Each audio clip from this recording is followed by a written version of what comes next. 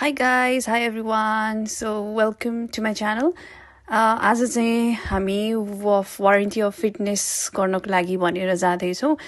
since हामीले यो गाडी किनेको चाहिँ अलमोस्ट 1 इयर हुन लागिसक्यो सो वर्षमा गर्नुपर्ने रहेछ यो वारेन्टी अफ फिटनेस हैन जस्तै वारेन्टी अफ फिटनेस भनेको चाहिँ के भन्दाखेरि जस्तै हजुरको गाडी चाहिँ फिट छ कि छैन त हैन चलाउनको लागि त्यसैको बारेमा हो हैन जति मैले बुझेछु र त्यसैको लागि चाहिँ अब हामी लाग्दैछौँ लेट्स गो यहाँ हेर्न सक्नुहुन्छ यसरी चाहिँ स्टिकर राखेको हुन्छ हैन वारेन्टी अफ फिटनेस भनेर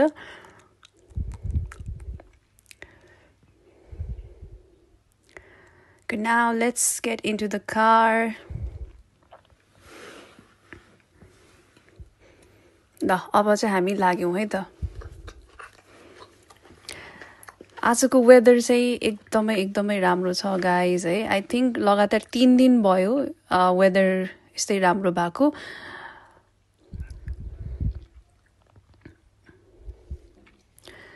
अब हामी चाहिँ लाग्दै छौं हाम्रो गन्तव्यतिर र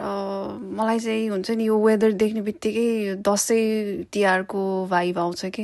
एकदमै राम्रो रमाइलो है सनी वेदर बाटो पनि सफा धेरै ट्राफिक नभएको हैन सो एकदमै राम्रो छ आजको दिन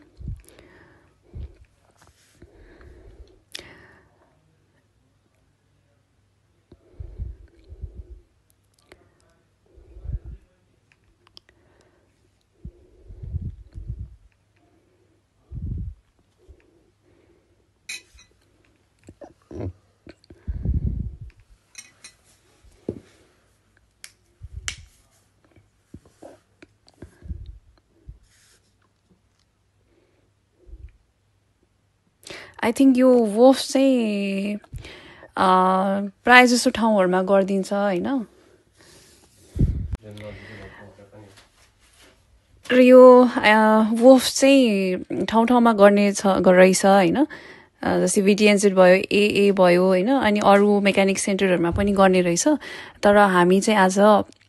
VTNZ मा नै जाँदैछौँ आई थिंक त्यहाँ मोर अथेन्टिक हुन्छ भन्ने हिसाबले तर आई डोन्ट नो के हो हैन अरु ठाउँमा पनि सेम हुन सक्छ र VTNZ चाहिँ हामी बसेको ठाउँबाट त्यति टाढा छैन नजिकै छ सो त्यही भएर हामी त्यतातिर लाग्यौं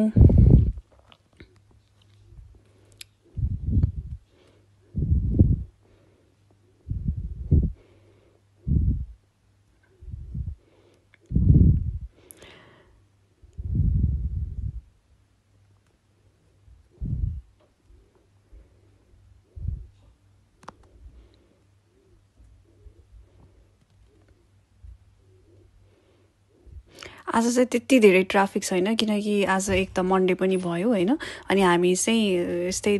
10-11 बजे निस्केको भएको भएर त्यति गाडी रोड चाहिँ बिजी छैन रहेछ र त्यहाँ हेर्न सक्नुहुन्छ ट्राफिक सिग्नलमा चाहिँ ट्राफिक लाइटहरु कति मज्जाले काम गरेको हुन्छ हैन कति सजिलैसँग सिस्टमेटिकली भइराछ सबै कुरा जुन एकदमै राम्रो पक्ष छ न्यूजील्यान्डको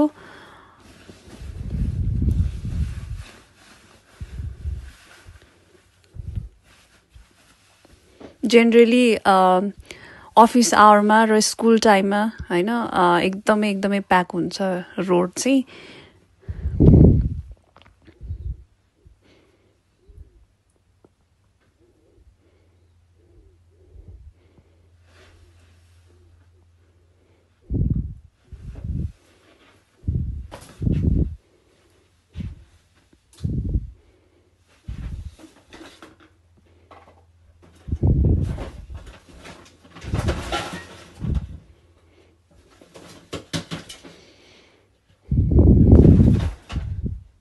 ल है त गाइज हामी फाइनली आइपुग्यौं VTNZ मा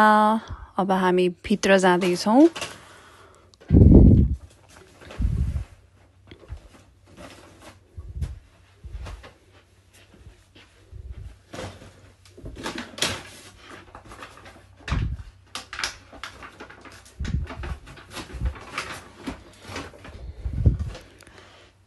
सिन्स यो त हाम्रो फर्स्ट टाइम हो सो केही पनि थाहा छैन त्यही भएर म चाहिँ भित्र जाँदैछु बुझ्नको लागि के गर्नुपर्छ भनेर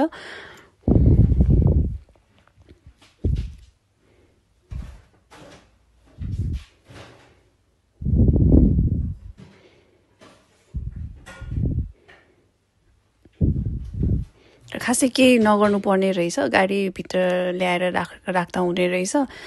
अनि त्यसपछि त्यहाँभित्र रिसेप्सनमा गएर चाहिँ आफ्नो मोबाइल नम्बर दिनुपर्ने रहेछ अनि पेमेन्ट गर्नुपर्ने रहेछ त्यति नै हो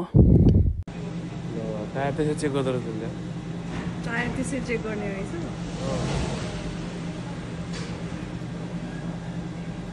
सो गाइज वफ गरेको चाहिँ $85 लाग्ने रहेछ होइन जुन हामीले पे गरिसक्यौँ त्यसपछि हामीलाई यता पठाइदियो र हामी अहिले चाहिँ हेर्दैछौँ त्यहाँ के गरिरहेछ भनेर त्यहाँको स्टाफले चाहिँ चेक गर्दैछ सबै कुरा होइन नो कति टाइम लाग्छ भनेर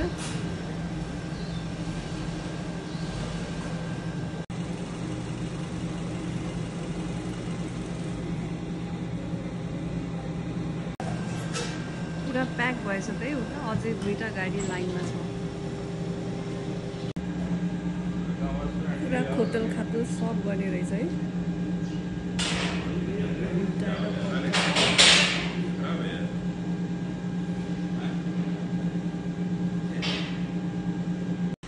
अब हाम्रो चाहिँ भए जस्तो छ है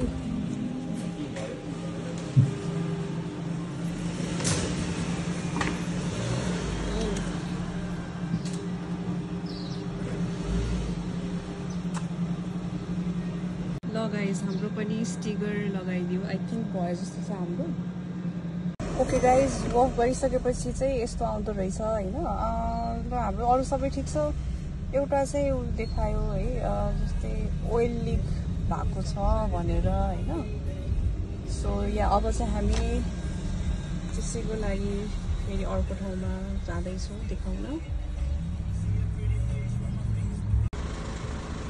एकदमै भिड भएको भएर हामी चाहिँ अब घरतिर लाग्दैछौँ हेर्न सकिन्छ आज वेदर एकदमै राम्रो छ अनि दिउँसोको कति बज्यो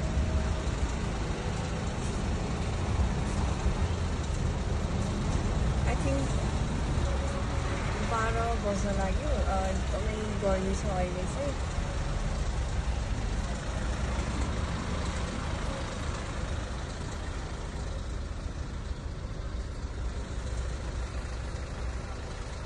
र यो छ हाम्रो नयाँ स्टिकर अब यो हाम्रो भनेपछि नेक्स्ट 1 इयरसम्मलाई भयो होइन त ओहो गाह्रो छ हजुर गाह्रो 1 वर्षसम्मलाई भयो तर इफ इन केस केही भयो भने चाहिँ फेरि हाल्नुपर्छ भन्छ यो फिटनेस भए पनि आफूले केही या अरू केही फिट छैन जस्तो लाग्यो या भने फेरि गर्नुपर्छ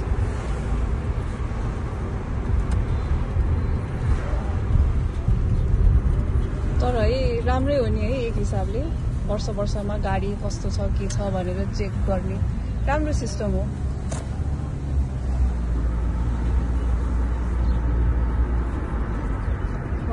आजको वेदर चाहिँ साँच्चै नै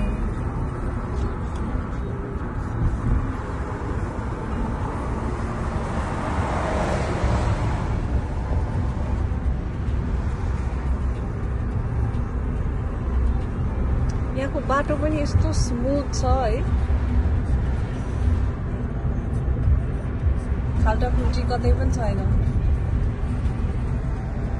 अनि यो गाइजहरू यो बिचको लाइन जुन छ नि म यहाँहरूलाई भनिहाल्छु यो यसलाई चाहिँ मिडियन फ्लस भन्छ होइन जस्तै अब हामी अहिले यो वेमा छौँ भने अब सपोज मलाई उतापट्टि बाटो क्रस गर्नु पर्यो भने चाहिँ ठ्याक्क यो बिचको लाइनमा बसेर चाहिँ मैले बाटो काट्नुपर्ने हुन्छ होइन गाडीले चाहिँ यो पनि कस्तो राम्रो सिस्टम के है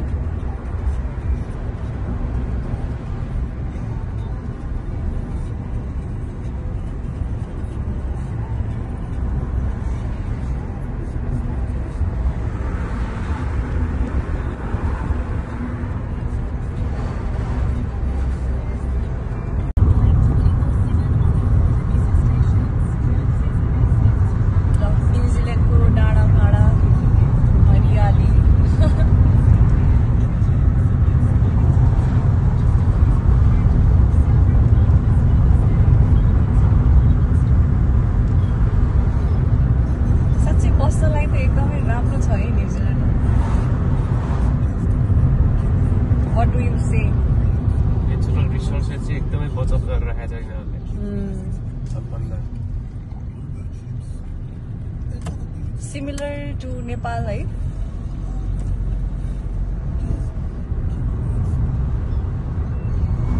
ओके गाइज ल अब हामी चाहिँ घर आइपुग्यौँ